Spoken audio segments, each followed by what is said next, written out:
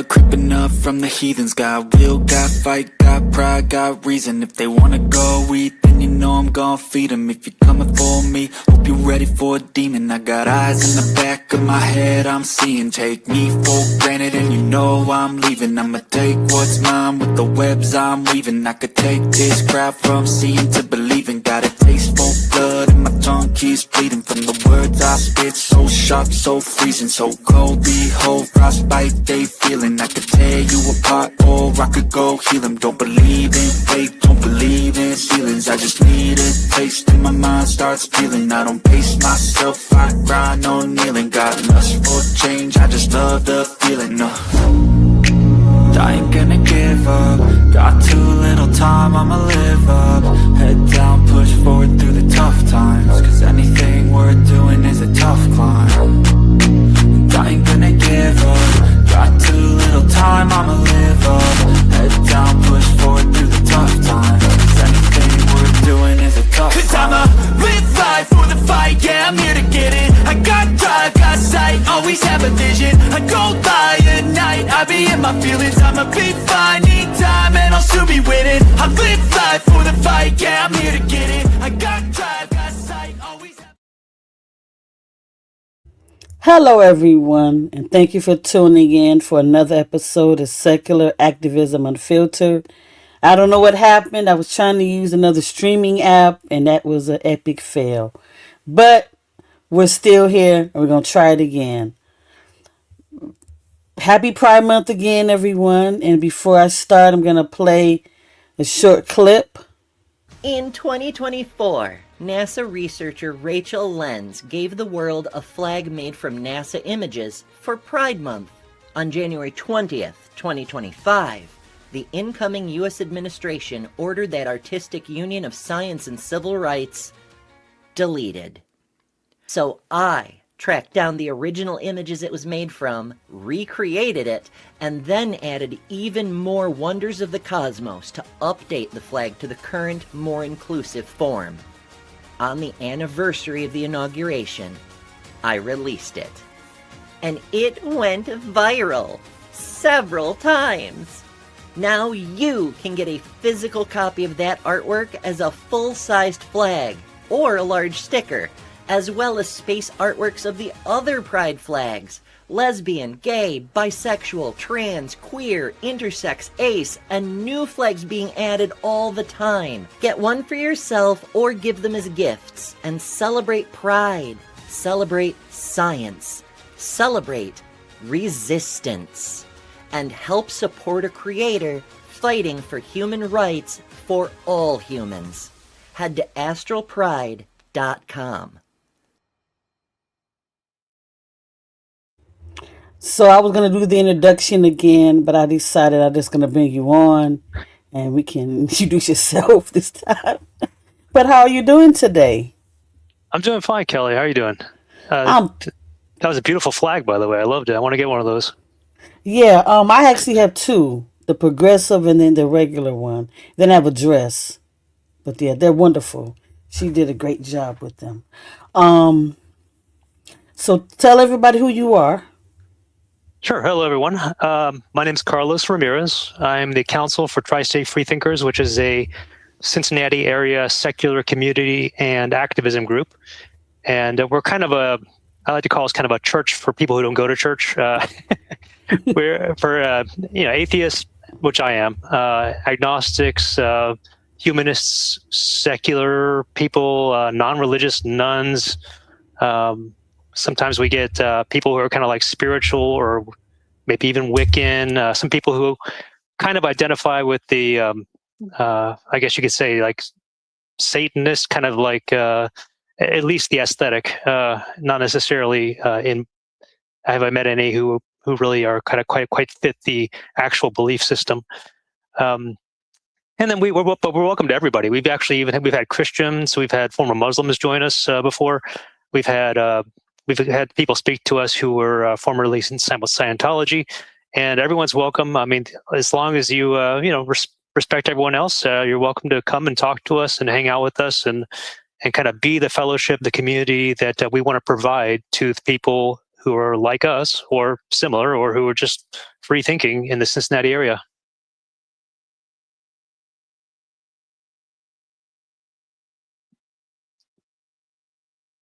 I can't hear you very well.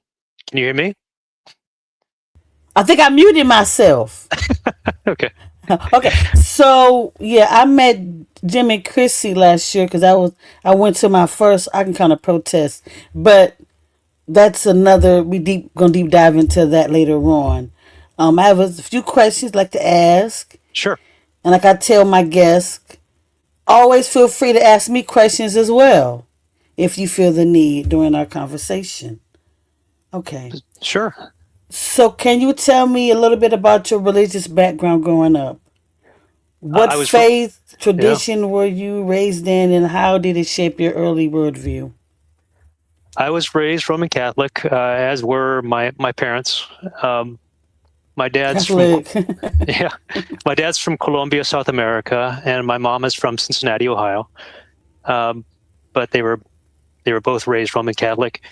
And I think it was more of it wasn't really a deep religious faith in my family. It was just kind of a more of, our traditional upbringing. Um, and, I kind of remember the ceremony, and I remember the Sunday school, and, going to Catholic school for a while. We had this strange situation where in my neighborhood where I live, where I grew up and where I still live, by the way, I moved back here. Um, the local Catholic school, which is closed, wasn't as good as the public schools.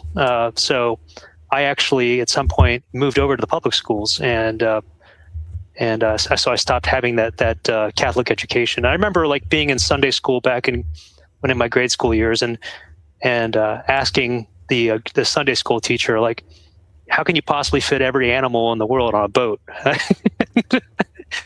And the answer was something along the lines of, like that don't ask those kind of questions, like essentially just not really giving an answer. And I just wasn't satisfied with that. I still kind of followed the traditions, and people asked me, I identified as Catholic just because it was kind of a tribal thing, and because I kind of sensed that my parents identified as that, and they kind of wanted me too.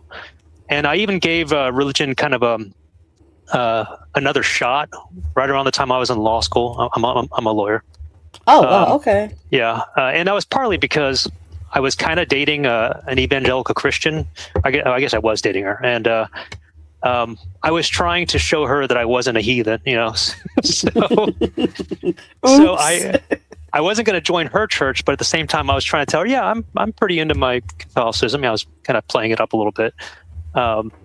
But then I started even going to like a Bible study for this local Catholic student organization, and I was asking them questions, and I was being kind of honest, like, I'm not sure if I believe this, and I just kind of very much got the sense that they're like, well, then maybe you don't belong here, and I'm like, okay, that's it, I guess.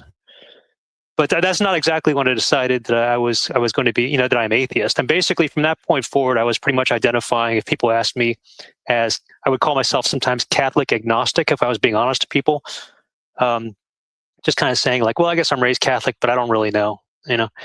And then if you want to know my story as to like when I kind of deconstructed or converted or whatever to atheism, honestly, it was when I came around to actually having children in my early 30s. My very first child, she was born, and we were about to go get her baptized. I was even it just was the thing to do. Like you have a kid, you're Catholic, you get him baptized.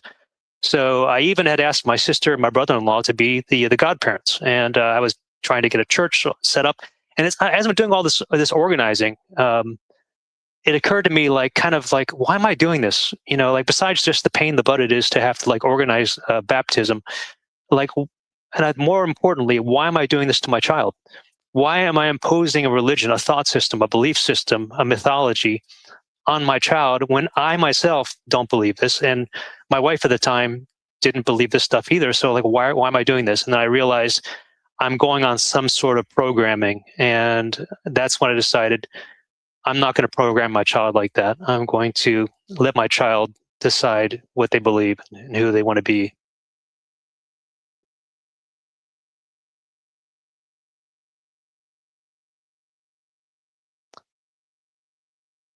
You went on mute again. I kept kind of cough. I'll figure it out one day. So I know with me, my children are grown, but I remember I was deep in the religious indoctrination when they were growing up. And I remember my oldest was like, I don't want to go to church. I don't like this. I don't like what's been taught to me. She didn't really say believe it. But then one day when she was like a teenager, um, early 20s, she came to me and was like, "Mom, I don't believe none of this stuff." And I was like, I kind of don't either. I was like, I got a confession to make. I don't either. She's like, what? But the whole time, like, you got to go to church. That was crazy. But she was like, Ma, I don't want to go to this place. But my younger ones, I didn't enforce them. Once I started to deconstruct and realize that it's all bull crap. But with dealing with the ark and everything else in the Bible that doesn't seem real, God works in mysterious ways. So that's how the things happen. Yep. That's the common explanation for when something doesn't make sense for religion is, well, God doesn't works in mysterious ways. Well, we answered the second one. What led you to begin questioning your religious beliefs? We won't go to that one. Before becoming involved in Tri-State Freethinkers, were you active in any other secular, humanist, atheist, or free thought organizations? Yes. So after I decided, I don't really believe any of this stuff, and I'm just going to start telling people, hey, I'm atheist. I started reading the books. I started reading the Four Horsemen. Like Richard Dawkins, Christopher Hitchens, Daniel Dennett, Sam Harris, and I read at least one book from each of them. Some of them I read more than one. And then I was like, this is amazing stuff. I can't believe this whole time I really just haven't. It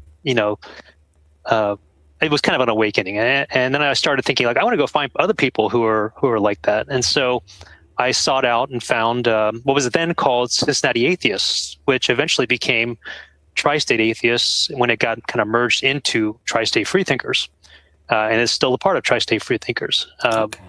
So that was around 2014 when I joined Tri-State Freethinkers. It was only about 2 years old at the time. It was founded by Jim and Chrissy Helton, who you talked about. They live in Union, Kentucky, which is about half hour south of Cincinnati, across the Ohio River. But when I joined them, we'd have these big meetings at a place called Newport on the Levee, which is in Newport, Kentucky, across the river from Cincinnati. We'd have a conference room there, and we'd have about 100 people, it seems, sometimes. Sometimes the room was packed. It kind of depended on the speakers, who it was, and the topic, of course. And I just joined it. I loved it. I loved everyone I met, and I've been there ever since. And now I'm a board member, and now I'm the counsel, the official attorney for Tri-State Freethinkers. Oh, okay. That works. So I guess that kind of blends in with my second question. How did you first meet Jim and Chrissy Helton, and what role did they play in your involvement with the free thought movement? You kind of played on that. Do you want to elaborate a little bit more with that? Sure. I mean, I just met them at the meetings, and at first I was just sitting in the audience, just kind of watching and listening. Jim's an amazing speaker, and yes, he is. Chrissy's a pretty good speaker too, and but Jim's really got that. He always had that kind of almost like preacher charisma about him. And he really energized the crowd. He kept them entertained. He told jokes and people laughed, and almost as if on cue. I'm not as good at doing stuff like that. So, but I try my best. I kind of tried a more personal one-on-one approach, just because I think I do a little bit better than that than maybe speaking to an audience. But I've spoken to audiences, and I like doing it. I love the people that I meet through Tri-State Freethinkers. And Jim and Chrissy are amazing folks. Yes, they are. And I love working with them. I love working with the other. We have 5 board members. I love working with other board members, and look forward to doing it for many more years. Can I ask what type of law do you practice? I do contracts law, and okay. I work in manufacturing. Well, I do manufacturing too, but I'm not a lawyer. I just work, do my hands dirty. Yeah, and technically at my current company, I'm actually not one of their like counsel, like general counsels or anything like that. I am what's called a contracts manager. So I manage and negotiate contracts with customers. Oh, okay.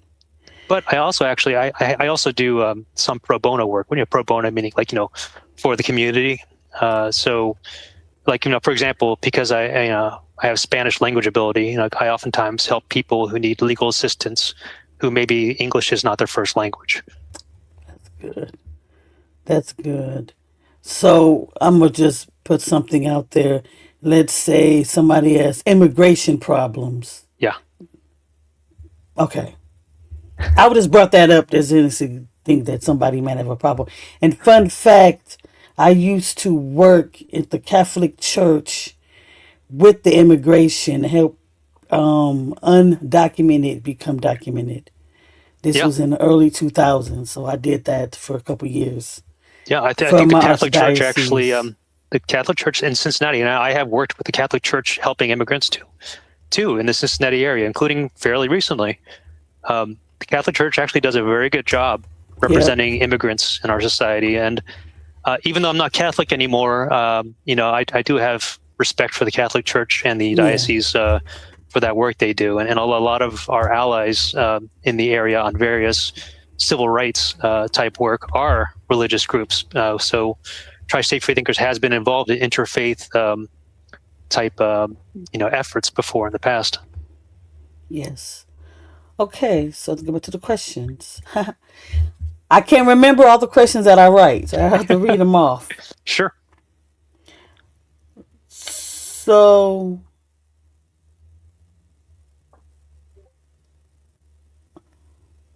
this question was some of the questions you've already asked, but I'm going to read them again, so maybe if you need extra thing you want to add. Sure. When you joined Tri-State Freethinkers, was the organization already established, or were you involved as a founding member during its early development? Well, yeah, I kind of already answered that. But yeah, Jim and Christy already had it going on. They had several other board members who were working it too. I was just in the audience, I was in the audience when they had speakers and when they had social events.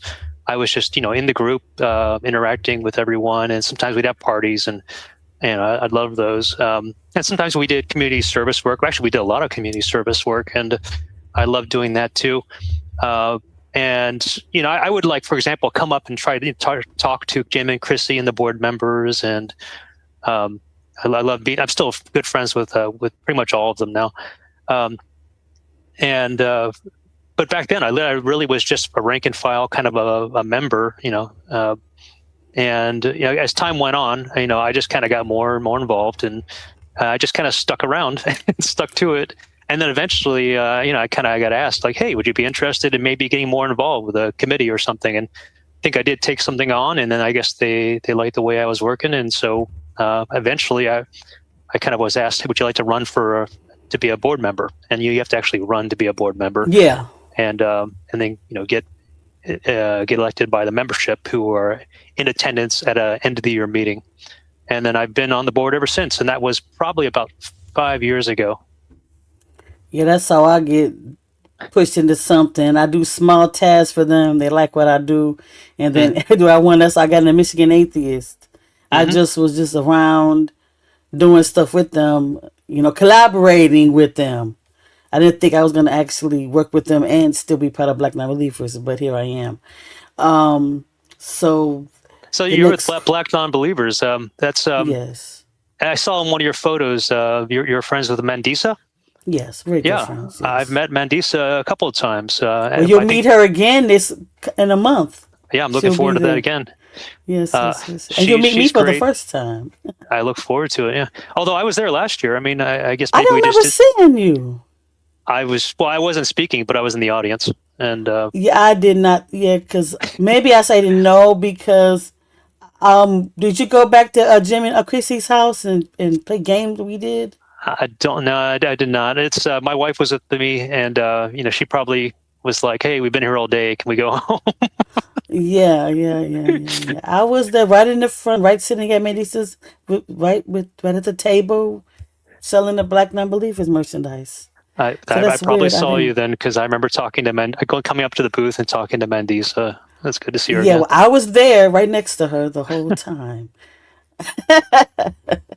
Oh, well, that's funny. Okay, so we already know what position you hold. We talked about that a few times. Hmm. Looking back, what accomplishments of tri-state free thinkers, I'm gonna get it straight, are you most proud of during your time with the organization? What I've been most proud of with Tri-State Free Thinkers is that we've built a community. We have a community of friends, and that's exactly what I've always thought a group like ours should be first and foremost. Because people who follow a religious doctrine or religious faith or and belong to some sort of a church or parish, synagogue, mosque or whatever, that they have this community that they see weekly, if not more, and usually their family and their friends are all kind of involved in it, and so they have that community, and I think that's a lot of reason why people continue to follow those traditions and those religions, because they want to remain part of that community. And then there are people who have left their religious community, because they just didn't believe the doctrines anymore, and it was too much of a disconnect. They just thought, okay, well, I just don't feel right kind of going to these services if I don't really follow this, if I'm just kind of going through the motions. And then sometimes you get people who are actually, they're shunned or they're rejected from their family, their friends, their parish, their church group, and they're no longer welcome. Matter of fact, they may even be socially ostracized, which is awful. And that's why I think you need groups like ours who are like, look, there's no entrance gate. It's like, come here. As long as you're respectful of everyone else, you're perfectly welcome to hang out with us. Exactly. It doesn't matter what you think. I mean, we are free thinkers. The whole point is you get to think whatever you think. I mean, it doesn't mean we're going to agree with you. It just means that we're not going to try to basically insist that you change your mind. Yeah, I agree totally. I've seen a lot of people who like when they first came to Tri-State Free Thinkers, started coming to our meetings or gatherings or just our walks or whatever it is we do.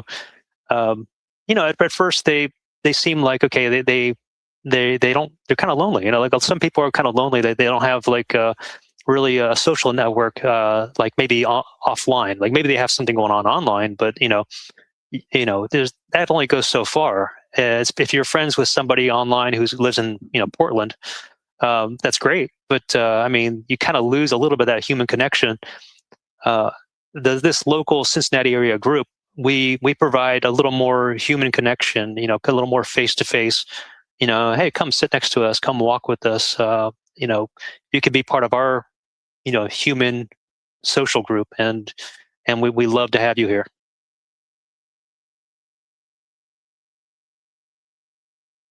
You're on mute again. I did it this time. I must have just hit it. I must have hit it with my arm or something.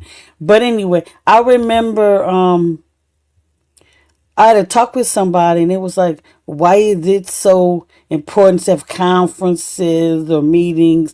I don't go. I don't do nothing. Well, that's you. Some people need that interaction with people in person, especially if they don't feel welcomed anywhere that they in person, because they have to be around religious or people that's against their idealization. So they need to be around, try to say, free thinkers or Black non-believers or whatever group they're part of. They need that space to feel welcomed and loved, at least if it's only for an hour a month. Mm-hmm. I talk about that all the time. And we meet more than once a month. Usually it's 3 times a month, Okay. at least. Oh. Sometimes it's more. It kind of depends on what's going on that given month. I don't know if he's still in here, but one of your members, Tommy, was in the chat. Oh, Tommy. Yeah, I know Tommy. Yeah, well, yeah, we yeah, actually yeah. have 2 Tommies, but I think I know which Tommy you're talking about. Tommy Stewart. Yes. Hey, Tommy, if he's still here. Yeah. If you're still here. Yeah, he's we haven't met in person, so next month be first time we met in person, but we have had a lot of collaborations online since he's both come on the scene. So I'm looking forward to meeting him and Matt in person. Yeah, they have their own podcast. Yes, yes, yes. And I will be on there right before the show on the 8th. I will be on their show, on their podcast as well. And they've been on mine if you want to watch it one day. I would love to, yeah. Now, I think people who say, like, I don't need to belong to anything, like, well, first of all, I mean, you are a human being. Everyone's a human being. And human beings are naturally social animals. We, in the wild, we didn't live on our own. If you were on your own, you probably didn't survive long. People need other people, even if just to listen to them, just to talk to them, or just to be around them, like literally just be near them. I don't think anyone's exempt from that. And yes, everyone needs to be independent, take care of themselves, take care of their families, but they also need to take care of their communities, and they need to be part of a community, because if they're not, then it's kind of like you're not connected. You're not really part of life. You can't really be. You don't really know who you are unless you know who you are from interacting with other people. There's other people who kind of reflect back on you. Who am I, and how do I affect the world around me? Exactly. Now I'm going to play a short little clip. So it'll be a little commercial break, and that will bring us on into the fun questions. Sure.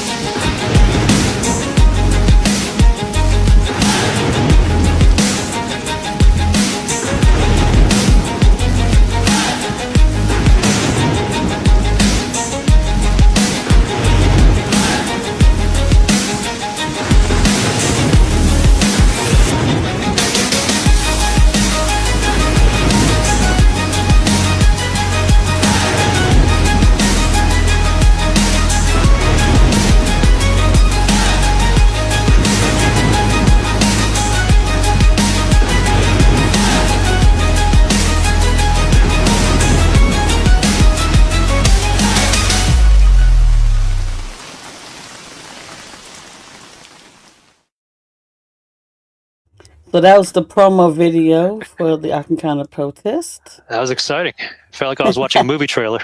I know, me too. Jess is amazing. If you have not met Jess from Hollywood and Asteroid, she's our amazing Canadian friend. She did my intro video as well. That was very good too. That was very nice. Yeah. She does, yeah. If anything, yeah, I just leave it to her. I try to do some stuff. It's okay, but her stuff is top notch. Okay, now, fun questions. The Akin counter protest has become a major event, and this year marks its 10th anniversary. How did that protest first come together, and what were the goals when it began? Okay. Well, I was not one of the original founders of the Akin counter protest. I was not a board member at the time, so I wasn't in the room when that was being organized. I do know that Jim and Chrissy were very much involved with that, as were other board members at the time, Tri-State Freethinkers. And I do believe that they had other allies in the secular community of the Cincinnati area, and also, nationally, getting organized around that. And I believe that that first one, the first annual, I believe we had Aaron Ra was kind of like I guess one of the main speakers, and that was kind of a big draw. We had other, of course, other speakers, but I don't think I was actually at the original one. I think I may have gone to. I didn't wind up going myself, because Williamstown, Kentucky is actually a little bit far from where I actually live. So I don't, it's not that convenient necessarily for me to get to, but I have participated in successive ones after that. I enjoy going to it. I mean, usually my only complaint about it is that it gets hot and there's no shade. It's hot. It's summertime and it's hot and there's no shade. And it just In the seems like it's middle of always a Kentucky. very hot day. Yeah. So, I mean, I recommend to people, bring some shade, bring an umbrella, bring a little tent for yourself or something, because Water. or a hat, and definitely, yeah. Matter of fact, that was one of my jobs last year was I bought a giant cooler of water for everybody just to make sure nobody was going to get dehydrated.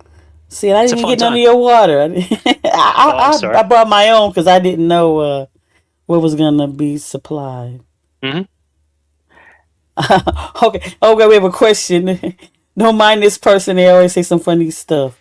Question: has anyone ever thought of flooding Kentucky to see if that ark floats? Yeah, it's funny you mentioned that, because I believe the actual ark building down at the Ark Encounter was damaged by flooding or by rain or something like that, which is very funny. They actually had some sort of dispute, maybe even I don't know if it was a lawsuit, but I mean they had some sort of dispute with their insurance company, I think, about whether or not the insurance would cover the damage.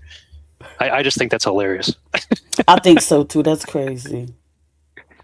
Okay, with the hold on, let me get this right. Okay, with the 10-year approaching, with the 10-year milestone approaching, do you see this being the final year that the Tri-State Freethinkers participates in the Ark Encounter protest, or do you expect the event to continue in some form?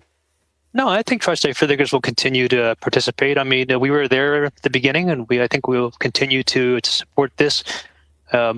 It's now Tri-State Freethinkers, of course, we're in an association with several different groups, Black non-believers, as you pointed out. The Kentucky Atheists have done a great job this year, especially for preparing for this. There were other organizations that you saw there in the ad, and it's great that we have this kind of coalition of organizations, local and national, that are getting involved in this, because this is an important and it's an important protest. It's something that sometimes people who who just they see the ad online, they have no idea, why are you protesting the Ark Encounter? And I think there's just this misperception, judging from some of the comments I've seen, why do you hate Christians, or whatever? And well, that's quite a loaded question, obviously. Well, first of all, I mean, this isn't Christianity per se. This is more specifically, this is young Earth creationism, which is a very small kind of I guess you could say, extremist sect of Christianity that believes. I think one of their tenets that they're actually required to sign on to, as part of this, what's called, I guess, Answers in Genesis, is the organization that I think is kind of the umbrella organization, and that controls the Ark Encounter. And I may get some facts slightly wrong there, because I haven't looked that closely into it, but one of their tenets, I believe, is that the Earth is about 6,000 years old, according to one interpretation of the Bible. So this isn't Christianity per se. Most Christians, I think, if you ask people who identify as Christian, if you ask them how old is the Earth, they'll probably give you the more or less generally accepted answer, which is, well, it's probably about 5 billion years old, judging from what we've learned from scientific inquiry, or so they've heard. Most people are not scientists, of course, but then again, scientists, unless there's some grand conspiracy out there, which of course you have to buy into conspiracy theories to disbelieve this. I mean, basically, you can trust people to do what they do and do it well if they do it professionally, and it's peer reviewed. So I mean, if one scientist is saying something that's just completely unfounded, other scientists are going to call them out. So you go with what is the generally, and of course, science isn't even a set of beliefs. Obviously, it is literally a system of inquiry, and The reason why people sometimes have trouble believing in science is because they're like, well, science can get it wrong. Like, well, yeah, but then it has its own mechanisms for getting it right eventually, and it's not stuck on the previous answers like it's a dogma. Exactly. That's one thing that I realize a lot of times when people try to, well, they said the scientists said blah blah blah, but then now they changed their test because they after they did more studies they realized that their previous answer had flaws in it, and they're not continuing on with something that they learned in 10,000 years ago. Yes. They're moving on and learn and taking new evidence and applying that to what needs to be done. That is science. Science is science. Scientists are human beings. Human beings make mistakes. Exactly. And one of the aspects of the scientific method is when new evidence comes up, you don't immediately resist it, disregard it. You look into it, and you look into it honestly, and you have to, sometimes even like check yourself, like, am I being biased here? Because am I trying to believe this because I just want to believe it for whatever reason? I'm comfortable with believing it. Like, I'll give an example. When I was a kid, I remember my books about dinosaurs, and I had my favorites. I had the Stegosaurus, which is my favorite, and all these dinosaurs look like giant lizards. Scales and smooth skin, and that was the impression. That was the image I had of what dinosaurs look like. As time has gone on, and scientists have discovered more and more about dinosaurs, now you look at children's books about dinosaurs, and now you're starting to see things like feathers on dinosaurs. And I remember the first time I saw like these drawings of dinosaurs with feathers, I was like, wait a minute. That's not what they look like. They look like lizards, like the kind I drew when I was a kid, the kind I kind of fell in love with when I loved the Stegosaurus, But then I was like, wait a minute, like, why am I being like that? Why am I resisting this new apparent, evidence that there is evidence from the fossil record that there appeared to have been feathers on some of these fossils. So, and then I started realizing, okay, I'm resisting something just because I don't want it to change. And then I realized, and I think that's hard to do. It's hard to let go of something that you became comfortable thinking, or even admitting that maybe I was wrong about something. That's just it doesn't feel good. Exactly. I know, like the pterodactyls. Those are the bird-looking ones. I remember those, but they were still scaly. They were no feathers on them. That's what I was used to seeing. But like I know, and that's gonna bring it down to this Pride Month. Some people, they learn the gender and stuff like that. We learned this too growing up. He, she, and whatever. And now we're learning, no, it's a spectrum. And people still will not get in their heads. We've done more research and realized that there are different spectrums of gender, different spectrums of pronouns. And I don't understand everything myself. I won't talk about it that much because I'm not an advocate. I'm an advocate for it, but I'm not a scientist or somebody in that particular group. But how do you know? You're going by, what gender you are. Sometimes it's not easy for the next person. So it's that same thing. And just like you go in there, you look at this book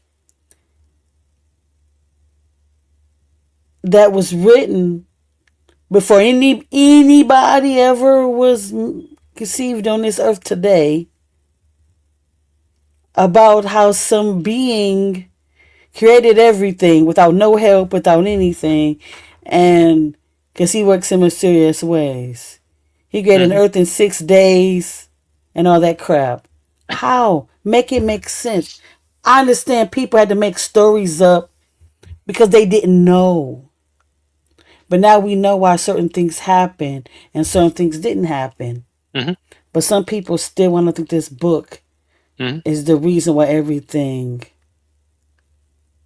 Well, as I said, like people, like they feel more comfortable thinking that they have answers. They have the answers, and I think that's one of the aspects of free thinking is that you have to just understand that, have a little bit of humility and think, okay, I don't have all the answers, and maybe not even all the experts and scientists have all the answers, and that's okay. I mean, it's okay that we don't have all the answers. Maybe someday we'll have a lot of these answers. Maybe some answers will remain permanently elusive. You just have to have a little bit of humility and a little bit of like open-mindedness and free thinking.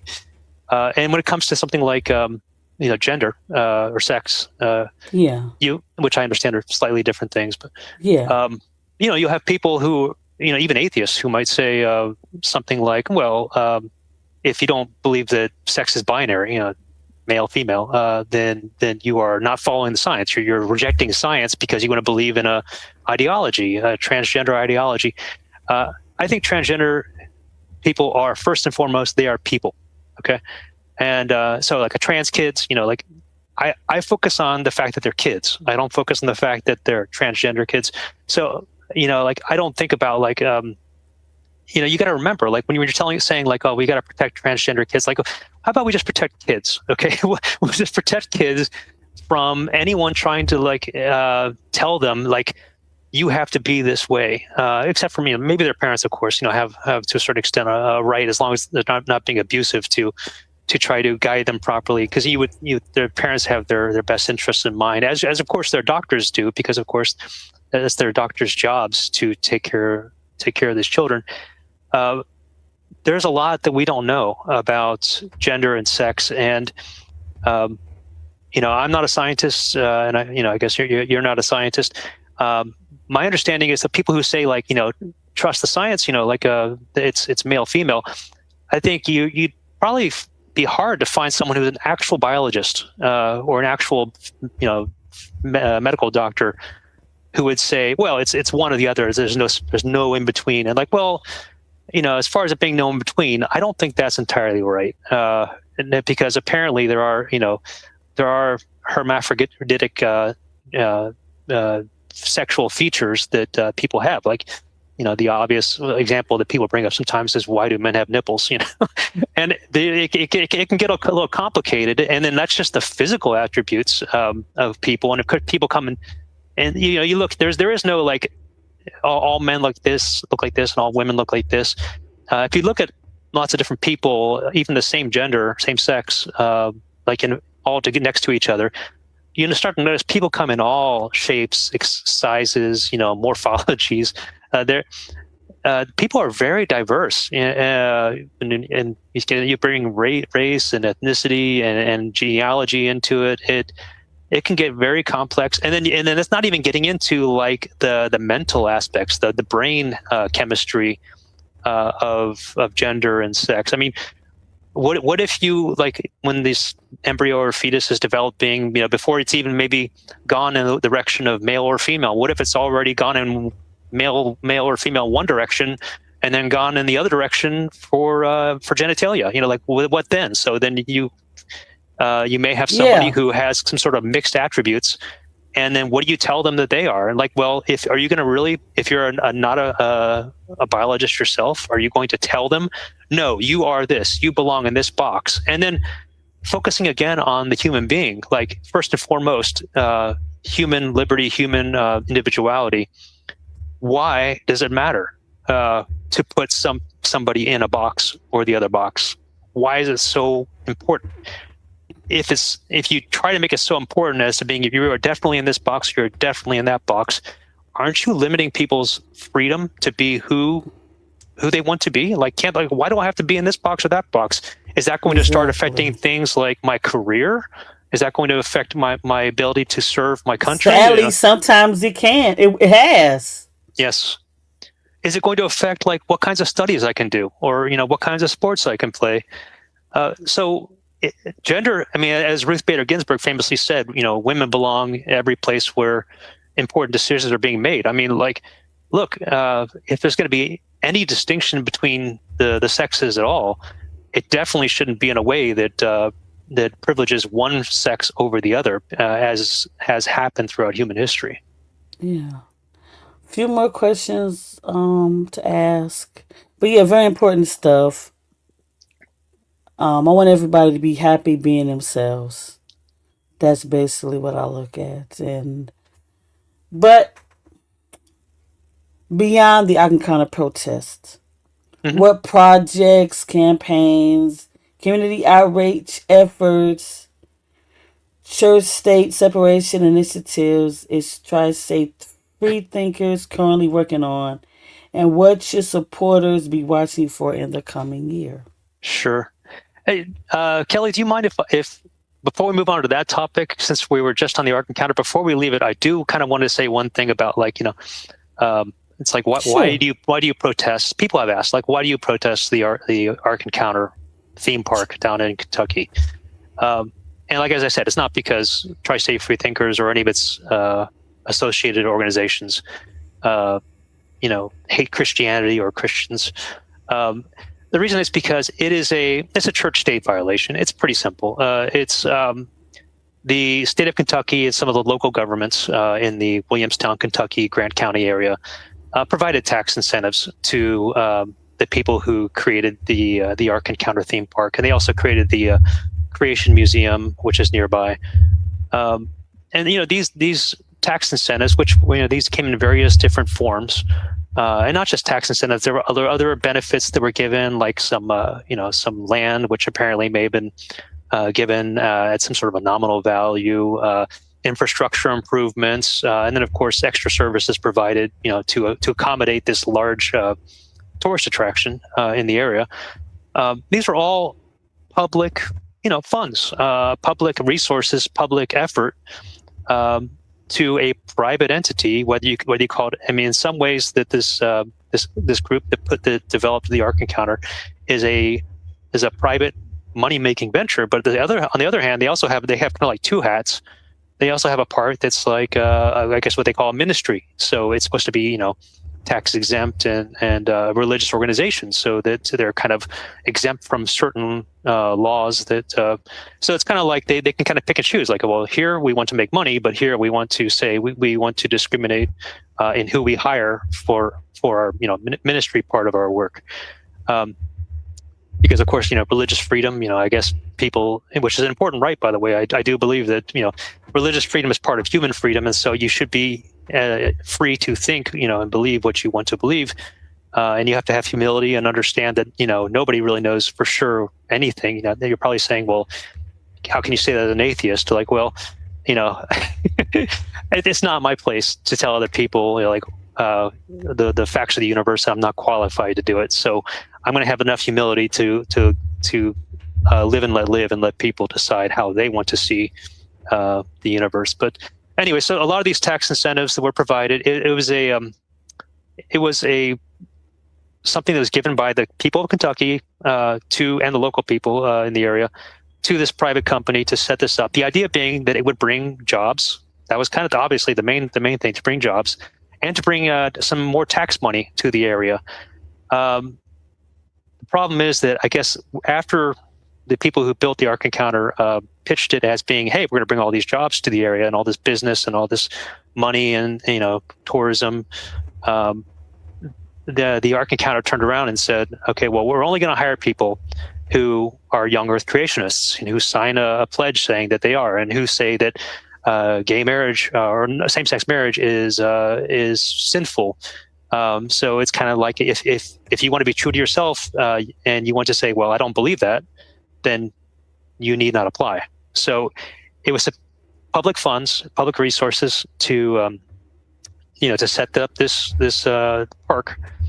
The idea being that it would help the public, but then it turns out, actually, well, when it comes to the most important thing, jobs, it's only helping the public who belong to the same group as the people who are developing the park, which I think is a church-state violation. I think a lot of other people think this is a church-state violation, and we continue to protest it. We've been doing so for 10 years, pretty much every year, because we even though the state of Kentucky and then I guess the then Governor Matt Bevin, I understand, pretty much let this thing, continue, even though there were definite, separation of church and states concerns. it wasn't politically expedient to try to assert, on behalf of the state of Kentucky, the rights of all Kentuckians, because I guess it was considered at the time that it was politically more popular to, yes, set this up, and not just set this up for jobs purposes, but I think there are a lot of people in Kentucky who are like, well, actually, yeah, we do want to establish this, Christian, young earth Christian, theme park, because it shows the, establishment of Christianity as the kind of like Kentucky, this is who we are. We're Christians, and I don't think that's fair to people in the state of Kentucky who do not necessarily identify as Christian or who do not identify as young earth creationists. Well, I will say this. It's very important. Godless Granny, who's a speaker this year, who spoke last year as well, she lives in Alabama now, but in Kentucky, and driving past one of the protests, and this is how she became an atheist. So it does matter. And last year, we had a couple of calls that saying we were being disruptive, so police were called. And so a police officer came and everything like that, and he could tell, we weren't, instead of him, sitting down talking with us and explained a story about how he used to work for the Ark Encounter, and how when he didn't shun a gay couple that were trying to come in, he got fired. Wow. So yeah, so he explained that story to us last year when I came up there. Now we have a question. This person is always saying funny stuff. I'm gonna say Cleveland because that's where my sister lives, but I know yours is Cincinnati if you live there. Yeah, it's kind of small on my screen. What does it say? What is the best city in Ohio? Well, that's easy. It's Yellow Springs. Oh, okay. I've never been there. It's beautiful. Go check it out. I'd say Cincinnati, more so Solon. That's where my sister lives. Never been there. What's so nice about Solon? Just curious. My sister's there. Oh, okay. Well, there you Other than that, nothing. I am Michigan all the way through. And they say any other question other than Toledo is wrong. They're from Toledo, so. It sounds like a Detroit Toledo rivalry there. I don't really care. It's bothering me. I was more in it when I was going to college. Go Blue. That's Michigan, right? Yeah. Yeah. My son goes Not to Michigan. state. Don't confuse me with state either. Tommy says Yellow Springs is awesome. Yellow Maybe Springs I'll is find that awesome. time to go. That's what Tommy said. So Tommy seconds your comment. Okay, now back to the question. So, what other things? I guess to sum it up, what other things besides our kind of protests are you guys getting involved in, and how can we participate, or we should be watching for that you're going to have coming up besides the protest? Sure. I guess that's to sum it up.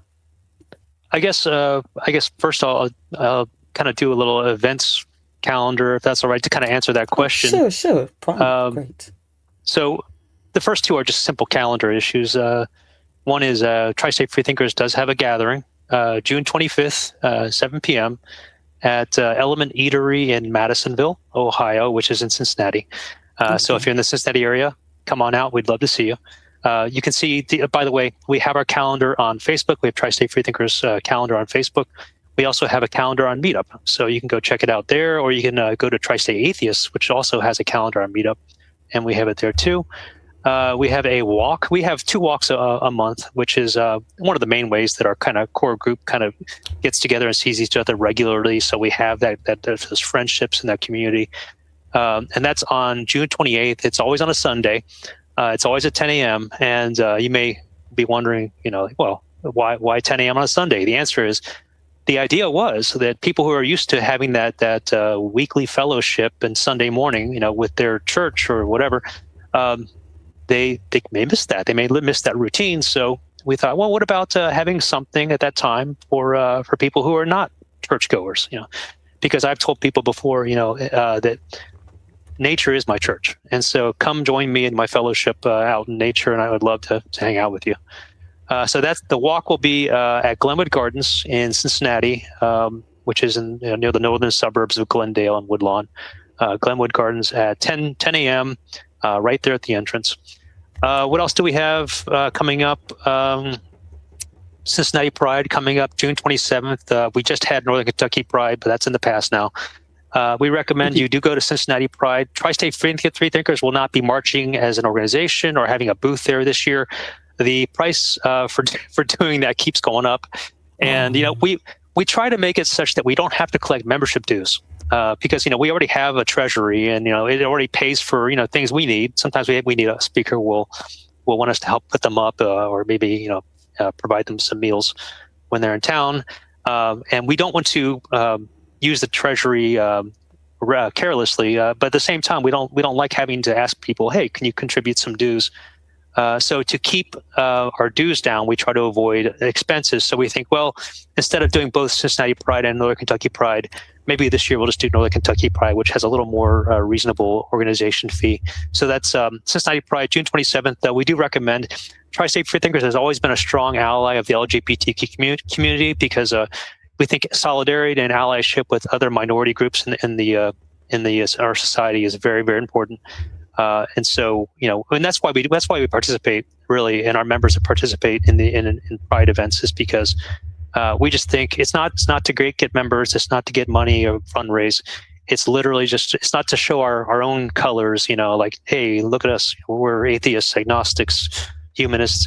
It's really just to show, like, hey, when human rights are under attack, free thinkers show up, atheists show up, agnostics show up. So we're there in solidarity with all other groups in our society who are sometimes othered by the more some of the more privileged forces in our society.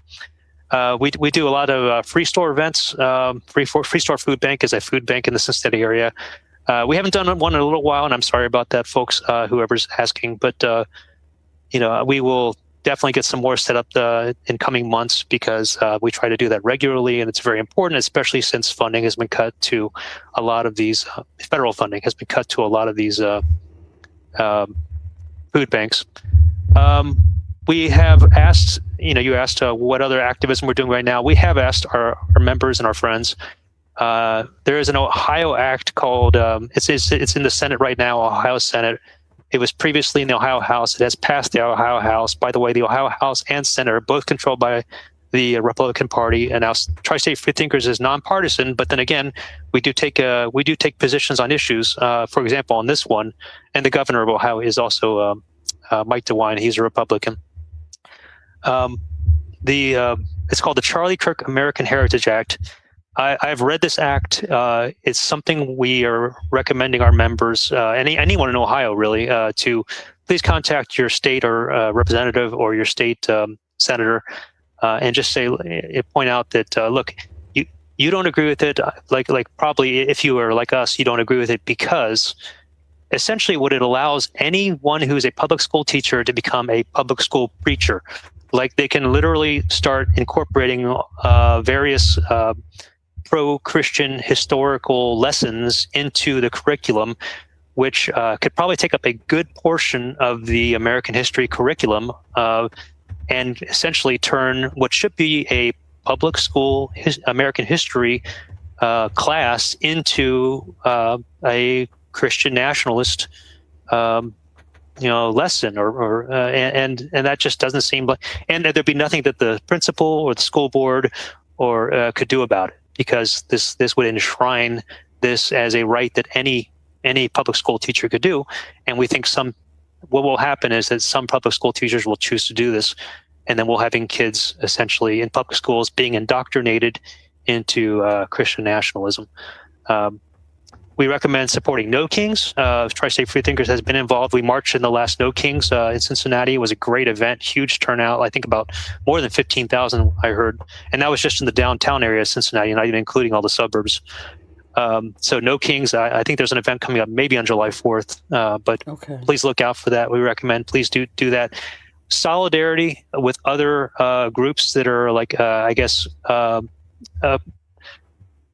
are against kind of the more anti-democratic forces that are at play right now in our society.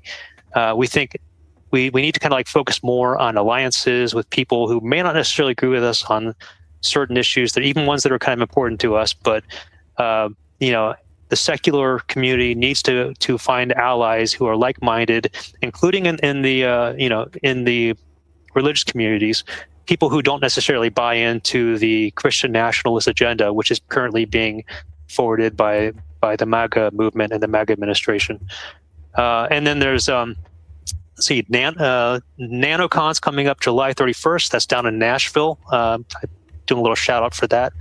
It's a kind of a convention. It's going to be some good speakers there. We recommend maybe going to that. Before the Ark Encounter protest, which of course is July 12th, and we do want you to come to the Ark Encounter protest on July 12th in Williamstown, Kentucky. I believe it starts at noon, if I'm not remembering wrong. I think so too. The night before that, Seth Andrews and No Illusions are having their who will be speaking at the Ark Encounter protest, are having their a show at the Anderson Center in Anderson Township, Hamilton County. It might actually be in Claremont County, but essentially on the eastern side of Cincinnati. You need tickets for that, but look it up online. You can actually find a link to that on the Tri-State Freethinkers Facebook page. It's great that they're coming out to speak at the Ark Encounter protest. You can meet them the night before. You can meet them at the protest itself. But I haven't heard Seth speak before, but I have heard Noah. He's great, so please come out to that. But to get to the main part of your question, I'm sorry. I'm the opposite. I heard Seth, but not Noah speak. So okay. Well, now you can hear both. We can both hear both.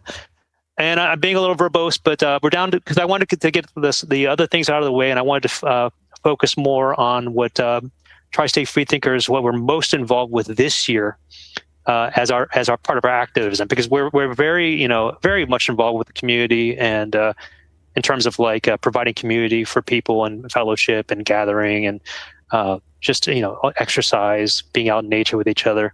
But we also want to be a little bit serious too. Sometimes we want to contribute to our local community in the Cincinnati area.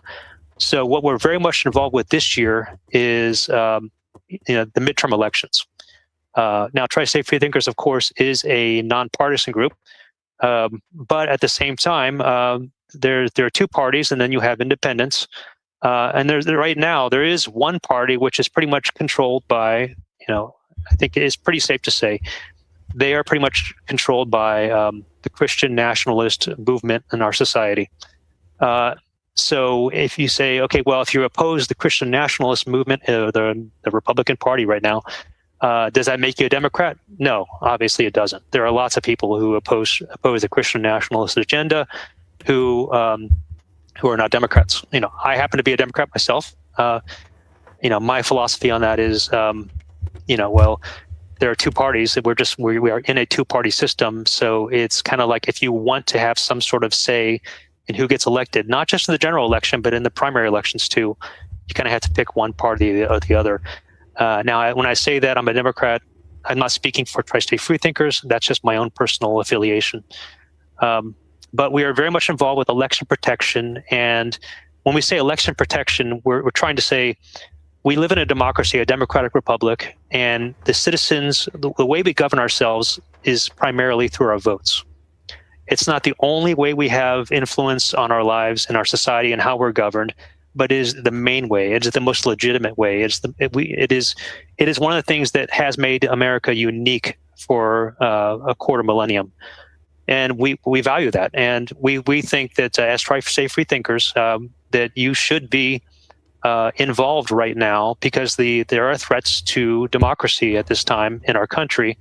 And I think everyone who is a citizen and values their right to vote, however you vote, and that's very important, however you vote, has to understand that, look, we can have these elections frequently. We can vote one way or the other, and sometimes one candidate might win, or another different candidate, or one issue, or the other side of the issue might win. But the important thing is we get to decide regularly, every 2 years, every 4 years. We get to vote. We get a say.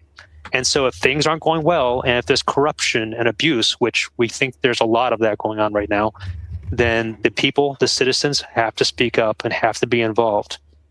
So we're very much involved right now in election protection. As a matter of fact, I'm doing kind of a request that if anyone's interested in getting involved in election protection, we have some work we're doing on that right now. Please contact Tri-State Freethinkers. You can find us on Facebook.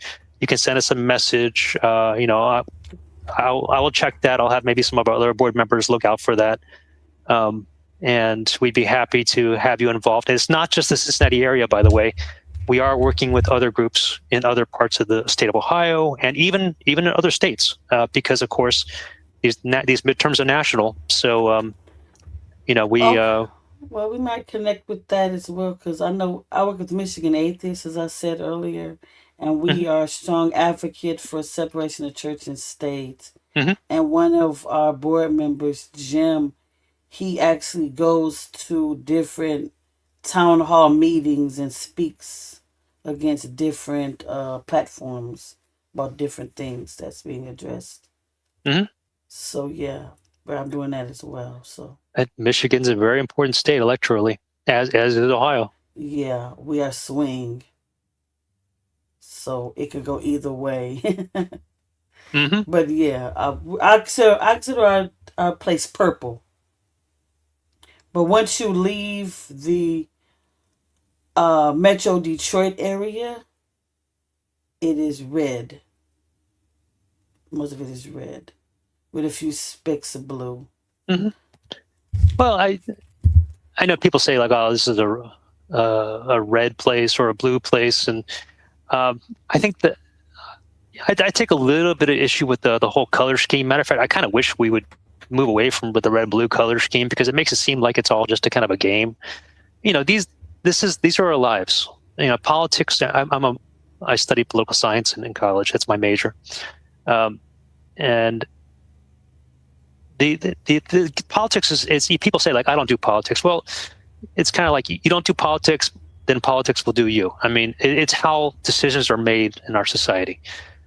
So if you're not at the table, then you're being served up for dinner. You pretty much have to be involved. And if you have the privilege, for whatever reason, that the politics doesn't affect you as much, then you should acknowledge that privilege, and you should maybe not be so proud of the fact that you're disengaged, and understand that there are people who politics matters very much to them, and like somebody, for example, who has a transgender loved one, and they don't have the privilege of not doing politics, because right now across our country in various states, the transgender community is being very much scapegoated and targeted for all kinds of basically official persecution in the name supposedly of protecting transgender kids or transgender people. And of course, anyone who loves a transgender person knows very much that look, what I want more than anything else is for governments, state governments, the federal government, to leave my child alone. Just leave them alone. Just let them be. Let them live. Stop trying to tell them what they can do, how they can dress, where they can go to the bathroom, what sports they can play. Just let them be themselves. They're not hurting anybody. They're being demonized and scapegoated. Now, that's just one example.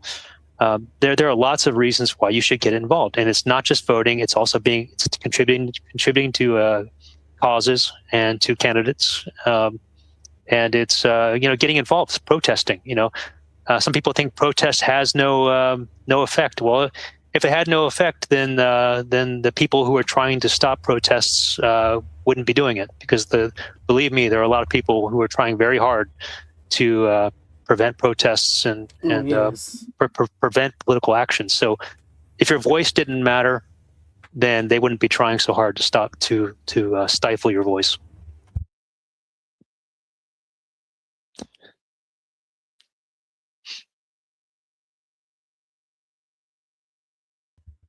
Never fails. I always have to cough during the stream.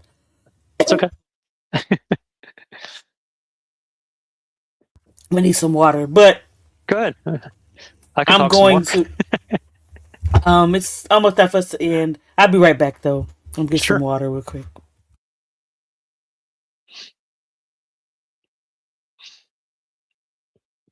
So, if anyone can hear me, shout out. Tommy, good to see you.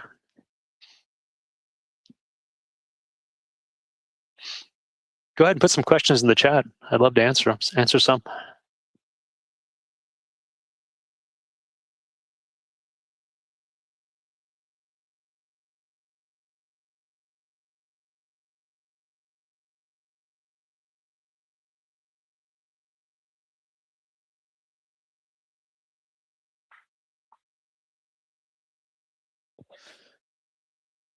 Weather's beautiful in Cincinnati. About 78 degrees, partly cloudy. Lovely. Can't wait for the weekend.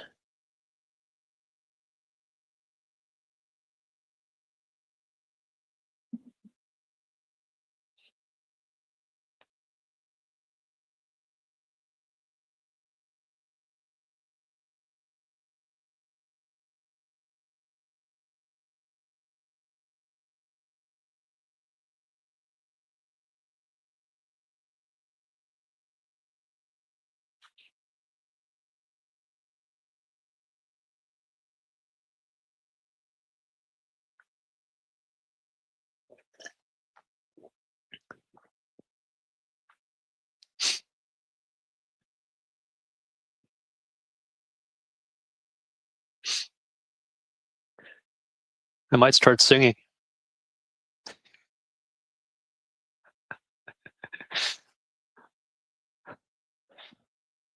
You don't want that.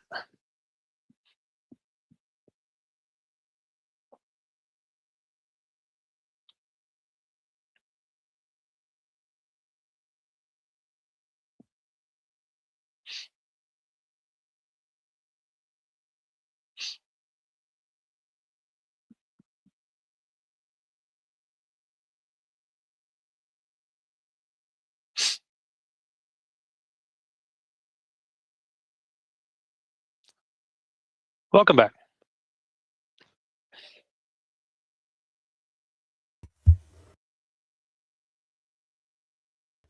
I am back. Hey, Kelly. Sorry about that, everybody. It's okay. I almost started singing. I gave the weather report, and then I thought, Thanks. no, I don't want that recorded. Thanks for entertaining my guests real quick. So what I'm gonna do is I'm going to pull in some of the events that I'm gonna be involved in as well. Sure. So I've not scheduled a Black Non-Believer event for this month. Probably won't have one this month. But Michigan Atheist this weekend, if you're in the Grand Rapids area, we will be there. I won't be there because I have a close friend that passed and I'm going to the funeral. I'm sorry. Yeah, it's a co-worker, but we're really close, so that's good to me. But we're gonna tomorrow and Sunday they're gonna be in Grand Rapids for the Pride event, and then next weekend is the Lansing Pride going on as well. So those are the two things going on. But I know. Hold on, let me pull it up. Find my calendar. That'd be easier, so I can read. Try to remember stuff. Yes. Okay. And for me, it's a new YouTube channel. Here's the name of Beard of Empathy. I'm going to be on his show around 4 p.m. Eastern Standard Time. However, I believe he edits the video and it doesn't be shown until next week. So I'll let you know when that's going to be taking place. Oh, let's see what else I have going on in my life. Then that following week is going to be the Icon of Protest. I would get time to meet Carlos and everybody else and Tommy in person for the first time. And we have the Flint Pride coming up on the weekend of the 18th. Oh, I'm sorry. Let's backtrack. The 8th of July, I'm going to be on The Humanity with Tommy and Matt.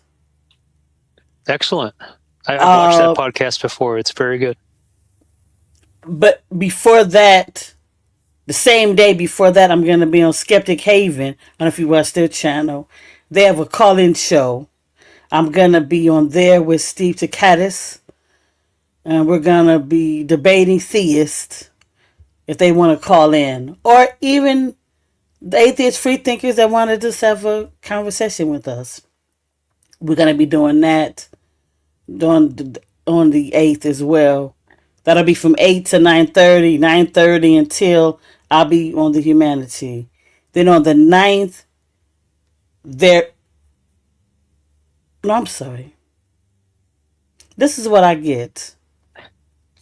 Okay. Skeptic Haven channel, they have a show called Life After Faith with Drew Beckis. That's what I'm going to be on from that segment. After that, I'll be on With the Humanity with Tommy and Matt. Then on the 9th, Skeptic Haven channel as well, they have a show called Critical Call. I will be on there with AJ Ruley. After that will be the protest. Sunday night, I'll be on Skeptic Haven for their main show, Critical Call, with Steve Takatis. That's how that works out. Then July 18th is Flint Pride in Michigan area, Flint Pride. And the 19th is Michigan Atheist Annual Picnic. Hopefully I can make it, NailCon, but so far my job has not approved me to take that weekend off. So I might not see you guys at NeoCon this year. So that's what's going on for the month of July for me. I might try to add an event for Black Non-Believers if I can, but I'm doing so much different other things. I want to thank everybody for tuning in for the show today. I want to thank you, Carlos, for you coming and being my guest today. I look Thanks forward so much to for meeting inviting you. me, Kelly. Appreciate it. Yeah, I wanted Chrissy, but she said that you were a great replacement. So I said, okay. But when she Chrissy's great. recommended you, I knew that you would be pretty. He'll be okay. I was like, okay. I was, I was like, okay. I was looking forward to it, getting a different aspect and everything. And I like to boost those people who have a great voice, but don't necessarily have a public platform. You might be local famous, but not atheism, national atheism famous. I'm not I'm famous. famous either. Me either. I'm trying to bring you on too, though. I'm just a guy. Yeah, me too. Me too. I'm just some female on it. They just gave a channel to. You see how many problems I had?